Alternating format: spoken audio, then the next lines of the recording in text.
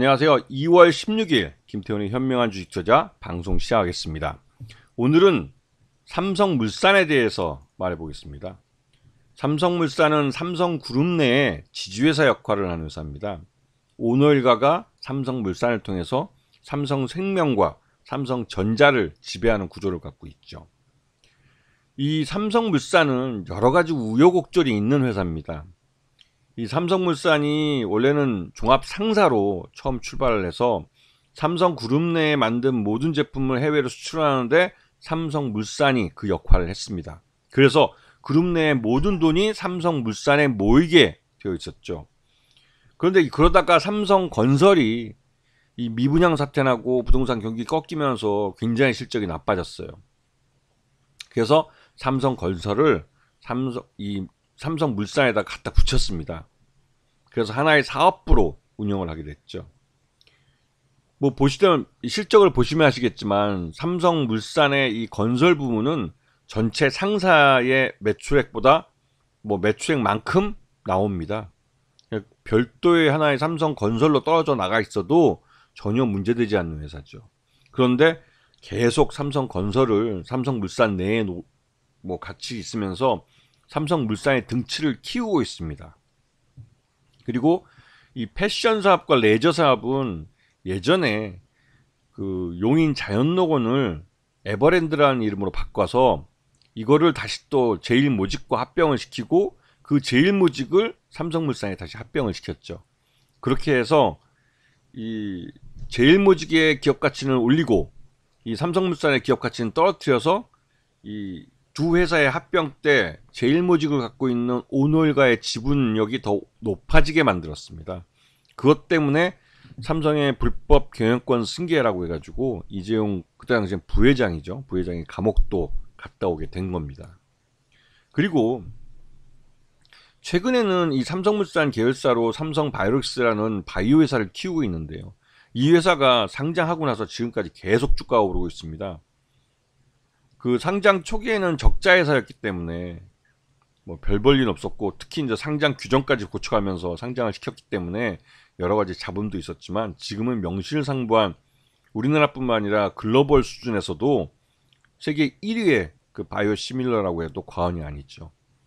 이 삼성 바이오록스는 그 엄청난 그 생산량으로 승부하는 회사입니다. 일단 공장이죠. 반도체 공장에서 반도체 칩이 쏟아져 나오듯이 이 삼성 바이오록스는 말 그대로 복제약을 쏟아내는 회사죠. 그렇게 해서 가격을 다운시켜 가지고 일반인들이 약을 더 싼 가격에 쉽게 이용할 수 있게 만들어주는 회사입니다. 그런데 전 세계 모든 제약사들이 다 삼성 바이오록스랑 그 양산 계약을 한다고 하면 아시겠죠. 그래서 이 삼성 바이오를 이 삼성물산에서는 키우려고 합니다. 그렇게 해서 이 기업 가치를 키워서 나중에 삼성그룹의 지주회사를 만들 때 삼성 바이오록스의 그 지분을 삼성물산이 갖고 있는 그 지분을 이용하려고 하는 거죠. 자, 이 전사 실적을 보시면 아시겠지만 삼성물산의 실적이 2021년 대비해서 2022년에 양호하게 나왔습니다. 보시면 매출 외형도 엄청 늘었고요. 영업이익도 거의 더블 이상 났습니다.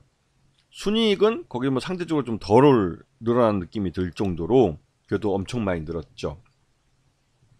그러다 보니 기업 실적도 작년 2022년 4분기 실적을 기준으로 놓고 보면 삼성물산은 적정 주가 한 20만 원 정도 가 있어야 됩니다.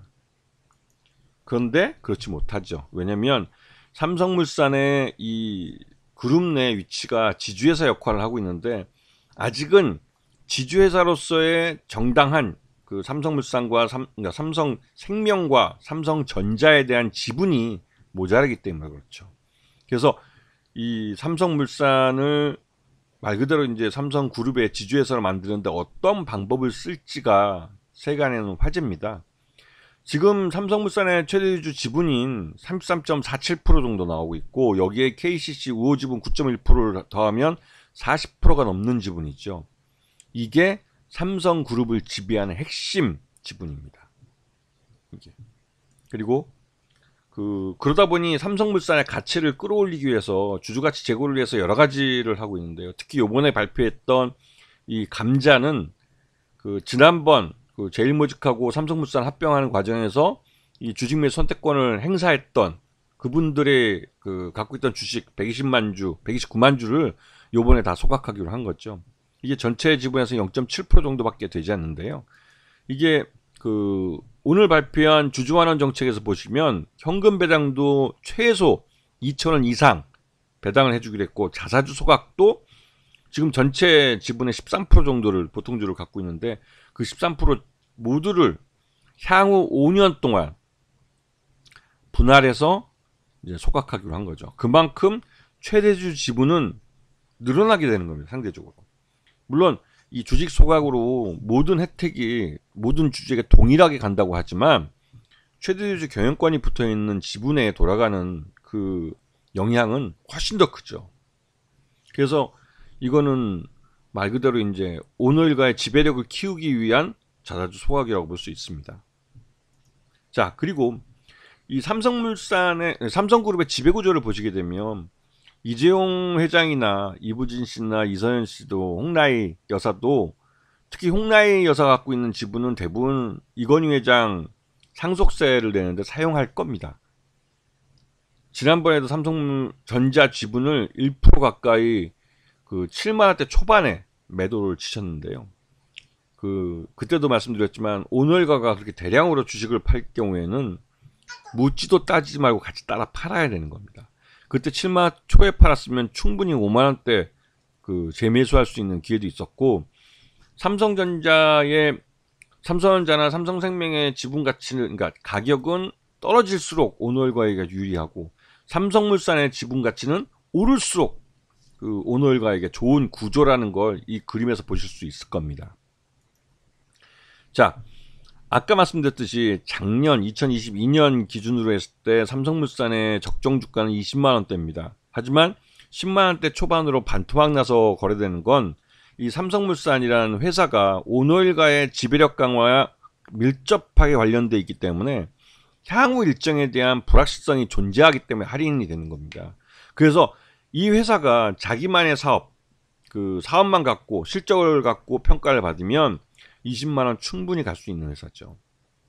그리고 회사 내에서 또 이 그룹 내에서 또 이 삼성물산의 지분 가치를 끌어올리기 위해서 다양한 방안을 강구하고 있기 때문에 장기적으로 봤을 때 삼성물산의 주가는 계속 오르고 삼성전자와 삼성생명의 주가는 계속 떨어질 가능성이 크죠. 그렇게 해야 할 때 오너일가의 이익이 가장 최상으로 올라가게 됩니다. 특히 이제 이 재벌가 같은 경우는 이재용 회장이 경영권을 자식에게 물려주지 않겠다 말은 했지만, 이게 10년 후, 20년 후, 그러니까 20년 후쯤 되겠죠. 아직 이재용 회장이 젊으시니까. 20년 후에 자식이 이제 어느 정도 장성해서 그렇게 되면 또 생각이 달라지죠. 지금 20년 전에 자식에게 물려주지 않겠다고 말한 걸 기억하는 사람도 많지 않을 뿐더러 우리나라 언론도 그런 것들을 기억해 주지 않습니다. 오너일가가 특히 삼성 같은 경우는 광고를 우리나라 제일 많이 집행하는 그런 회사이기 때문에 이 삼성가에 대해서는 제대로 된 뉴스가 나오지는 않죠. 거의 대부분이 삼성 오너일가의 이익을 반영한 그런 기사들이 많이 나옵니다. 그래서 이런 삼성 계열사나 삼성과 관련된 뉴스들이 나올 때는 그 행간을 볼 줄 아셔야 돼요. 그래야 제대로 된 매매 포지션을 잡을 수 있고, 그래야 수익을 얻을 수 있는 겁니다. 상식적으로 생각할 때 상식을 벗어나는 일들이 벌어나는 건 이 재벌 오너일가의 이익과 법인의 이익이 상충하기 때문에 그렇습니다. 그렇기 때문에 상식을 갖고 이런 재벌 오너일가의 지배력과 관련된 회사를 봐서는 안 되는 거죠. 그 이면에 오너일가의 이익과 어떻게 했을 때 부합되는가를 생각해 보시면서 그 회사의 경영 결정, 그러니까 오늘 같은 경우 자사주를 소각한다든가 하는 내용들을 이해하셔야 됩니다. 그래야 제대로 수익을 낼 수 있는 거죠. 아시겠죠? 자, 오늘 방송 여기서 마치겠습니다. 감사합니다.